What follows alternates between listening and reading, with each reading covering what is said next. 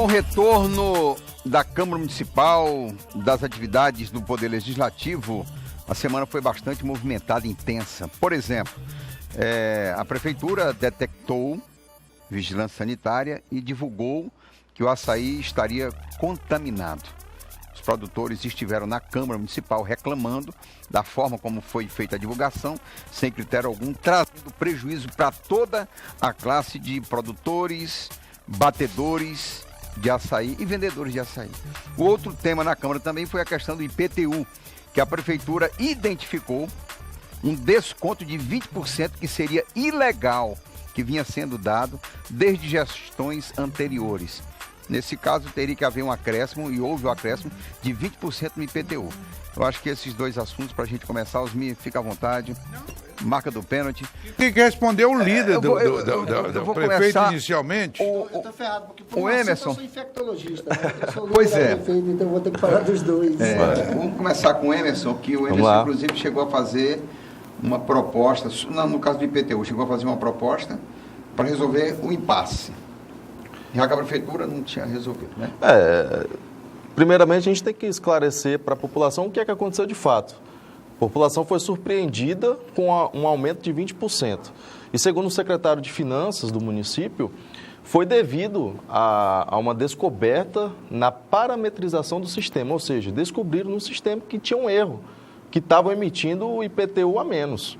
E aí, sem comunicar à população, sem os devidos esclarecimentos, passou a imprimir os novos IPTUs já com esse aumento de 20% Os na carnês prática. já vieram com aumento. Já vieram com aumento. Sim, mas qual erro foi esse? Vamos detalhar esse erro. Que erro é esse? Nós não sabemos de fato porque a Prefeitura ela não se comunicou de forma oficial ainda a respeito do IPTU. Porque não fica muito Porque a vago, gente- fica muito vago fica. dizer, tem um erro. Você lembra da Fica, mas até Foi o- ela que mas- admitiu. Você lembra da época da a Prefeitura Exatamente, mas admitiu. até o presente momento a Prefeitura não se manifestou. Extraoficialmente, o secretário, porque a população ficou com dúvida, não sabia o que estava acontecendo, ele se manifestou de forma extraoficial. O que a gente está cobrando da Prefeitura, primeiramente, é que ela explique a situação, para não deixar justamente vago, e que, principalmente, se há esse erro, que não seja repassado para a população, que seja diminuído Antes de você os impactos responder, sociais. Narciso, eu quero só dizer o seguinte. O aumento do meu salário este ano foi 3,46%. Qualquer imposto que tenha 20% é um absurdo, inaceitável, e teria que haver, sim, uma revolta da população. Vamos acabar com isso. É mais do que necessário, Osmi. E outra, é um impacto social muito grande. Nós temos que amenizar isso. Foi por isso que eu apresentei um anteprojeto hoje na Câmara dos Vereadores, mostrando para a Prefeitura como que se pode resolver essa situação sem que haja impacto para a sociedade. Claro. Para que a população não pague essa conta, até porque, convenhamos, né? Hoje os nossos serviços não estão a contento, né? A população não está satisfeita com o que vem sendo prestado pela Prefeitura. E esses aumentos de 20%, generalizado ou setorialmente? Segundo informações extraoficiais do secretário, foi um erro no sistema, então estava gerando para todo Não é mundo. generalizado. O que aconteceu? Acho que a líder da prefeita pode explicar melhor a Vamos ouvir situação. o líder. Vamos. O que aconteceu é que naquelas alagações que houveram em Rio Branco, isso desde 2010, 2012, na Chuveta Grande, havia-se um debate, vocês lembram disso, sobre como melhorar a situação financeira dos comerciantes, dos bairros atingidos, uma série de coisas. Foi criado ali um mecanismo de minimizar o impacto do IPTU das pessoas que foram atingidas por essa alagação. Então, você dava ali 20% de desconto, quando 20% já é em lei. Você pode dar quando você paga direto, você paga, já é 20%. Daria mais 20% para quem estivesse nessas faixas de risco. De risco. Acontece que isso aí, com o tempo, foi generalizando. Né? Mas generalizou de tal modo que também não chegou a ser geral, não chegou a todo mundo. Então, na verdade, nem todo mundo tinha esse desconto de 20%. Embora que uma boa parte, ou a maior parte, tem. Na hora que você está mexendo no processo da crise, tudo, tentando melhorar a arrecadação, você vai olhar tudo, onde pode... E foi detectado essa inconsistência, porque, na verdade, isso teria que ser renovado a cada ano. A cada ano ser renovado. Ele não estava sendo renovado. Sim, mas está sendo renovado de uma forma generalizada? Não. Aí, Depois eu entro no mérito sobre se é justo ou não, o momento é esse ou não é. Só estou dando a questão técnica. Quando se viu isso, se tirou o incentivo, portanto não é um aumento que você vai ter. É claro que em vias diretas você vai pagar muito mais, mas não é que aumentou, você tirou um desconto que você estava dando de 20% para quem era atingido por essas catástrofes. Então você não está aumentando, você mantém a mesma alíquota. Acontece que você tinha um desconto de 20%, que em alguns momentos chegava a 40%. Com relação ao momento social que se vive, de fato, se a prefeitura está com dificuldade, a gente reconhece, a população está com muito mais. Então, você fala, temos crise, temos desemprego, temos uma série de questões que a gente vai precisar ter uma saída. Vamos estar sentando com o secretário de Finanças e com a prefeita, no sentido de achar uma saída para minimizar esse impacto sobre a população. Mas deixa eu acrescentar uma coisa. Crescente. Esse subsídio foi criado em virtude de alegação do pessoal lá de risco. Aí vocês estão tirando agora. Daqui a um mês, vamos talvez ter outra alagação. Vão voltar? Vai voltar? Se houver necessidade, eu advogo que volte. Então vamos parar com isso, gente. Não, Asmir, a questão não é essa. A questão é que quando lidar com coisa pública, você tem que estar dentro da legalidade. Você sabe disso. Mas esse subsídio era ilegal? Justamente essa questão. Segundo o secretário, não havia normas que... Não havia previsão legal. Previsão legal. Então você tem que... Você então, está prevaricando. Obscuro, a gente não consegue identificar os responsáveis, a gente não consegue identificar desde quando isso que está acontecendo, qual é o montante, a gente não tem informação alguma e a prefeitura não se manifesta. Por mais que seja nobre, por mais que seja correto, justo, você tem que ter um amparo legal. Então nós vamos ter que ir atrás desse amparo legal para ver como é que se... Devido a um erro da própria gestão, isso não pode ser repassado para o contribuinte. Não, claro que não. Ainda mais porque a gente está numa situação que vem de um aumento de energia de 21%. A gente está numa situação onde o 13º dos servidores do Estado, né, estão sendo pagos da forma que dá pelo governo. E ainda tem mais um aumento de IPTU, ou seja, aquele que estava se organizando financeiramente para pagar o IPTU está com um grande problema de energia, e entre outros inúmeros, gás de cozinha. 41%. Exatamente. Uma faixa da população, é bom dizer que não tinha esse benefício, vai continuar pagando do mesmo jeito. Então, aí é onde eu falo do impacto social. Isso gera um impacto social muito grande e que precisa ser contornado. Ele apresentou hoje na Câmara, nessa semana na Câmara, um anteprojeto de lei sugerindo a mudança de alíquota. No caso, teria que ser um projeto que é de iniciativa do Poder Executivo legislar sobre tributação. Explica um pouquinho para melhorar essa situação. De forma técnica, se trata de uma matéria tributária, que é de iniciativa da Prefeitura fazer. Né? Mas a Prefeitura não vem se manifestando. Então, nós apresentamos hoje na Câmara Municipal como resolver o problema. Já entregamos de bandeja. Agora falta a boa vontade da Prefeitura de fazer e de encaminhar para que nós, vereadores, apreciamos a matéria e votamos a favor da população. Porque só tem dois modos de você modificar isso. Ou na base de cálculo, porque a base de cálculo é o valor do imóvel, não tem como você desvalorizar o imóvel para baixar o imposto, ou você mexe na alíquota. E aí você tem o resultado imposto. Então, o mais razoável, nesse momento, o mais correto é diminuir a alíquota no percentual de 20%, para corrigir essa falha que estava acontecendo dentro da administração pública e assim não encareça para o contribuinte o IPTU ainda mais. Vocês avaliam. À vontade, Narciso. À vontade. O vereador Eduardo Farias, por dever de ofício... Eu já passei por isso.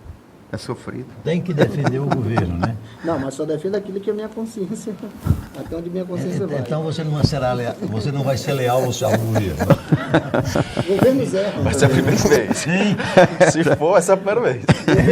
Governos erram também. Então você está descaracterizando a função do líder do governo, que o líder do governo ele está condicionado a defender aqui. Muitas vezes defender até o indefensável.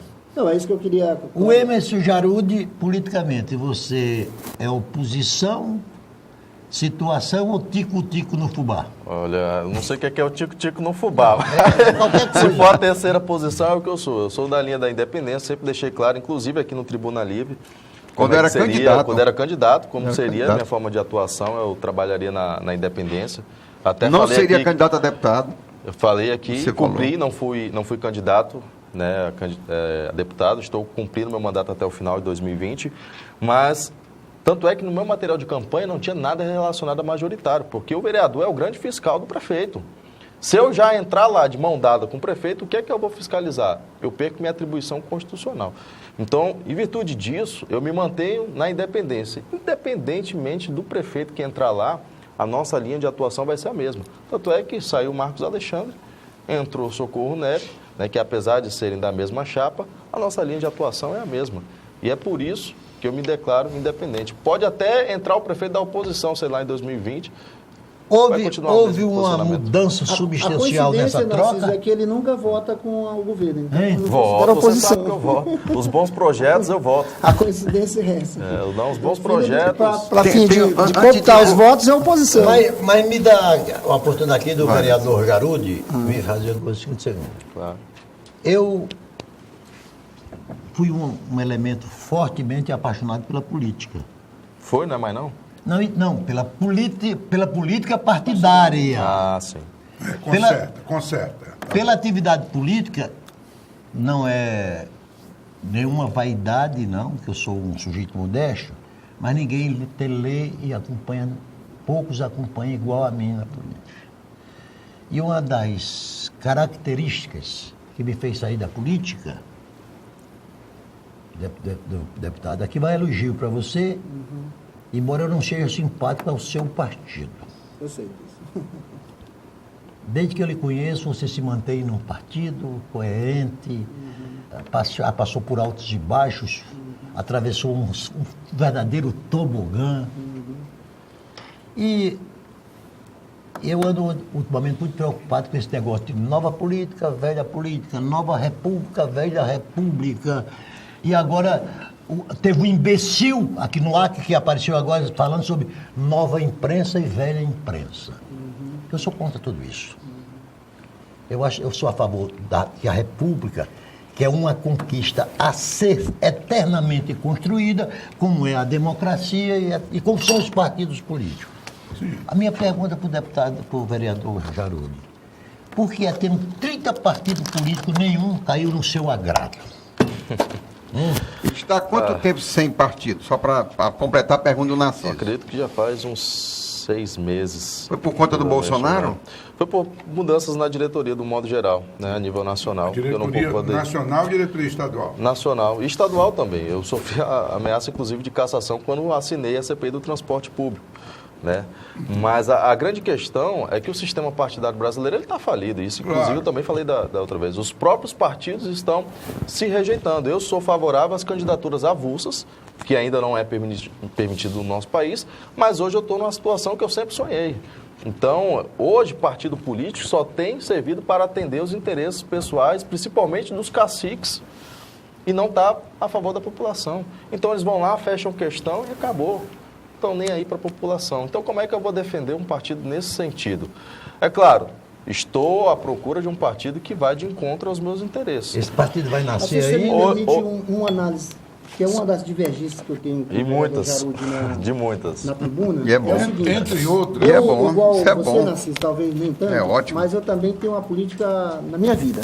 Eu costumo dizer sempre que eu construí minha vida fazendo política. Meus filhos nasceram vivendo política, me casei, minha esposa me conheceu na política, sou médico, consegui me consolidar como médico na política, porque eu trato do mesmo jeito, com a mesma seriedade, que eu acho que é uma atividade humana das mais elevadas. Segundo, se você está no processo democrático, você tem que respeitar a democracia e as regras democráticas. As regras democráticas falam dos partidos. E só existe democracia com os partidos fortes. Você negar isso é você começar a negar a democracia. E o Brasil está vivendo uma coisa que você colocou muito bem, da negação da política. Porque ele está confundindo com politicagem. Isso é um desastre. É um desastre. É um desastre. As grandes civilizações... Mas nas democracias... Mas aí, é porque tem que chamar o intervalo. Eu sei, tem mas democracia que tem a candidatura... Não, mas permita-me fazer um ligeiro comentário antes de você chamar o intervalo. Sim. O problema todo, que eu concordo contigo, mas tem um detalhe. Os partidos, eles são permanentes e não os candidatos. Agora, partido deveria ter vergonha na cara e ter programa de governo, que quando você votasse num cidadão daquele partido, aquele partido fosse cumprir o seu programa. Isso é o correto. Agora, partido e nada hoje no Brasil é a mesma coisa. Por isso, ele e outros que pensam como ele. Qual é a mensagem que a gente passa para o jovem, para o estudante, para aquele cara que é inconformado, como é próprio da juventude, de mostrar um instrumento como é a política de transformação social para esse jovem. Ele vai buscar o quê? As ditaduras?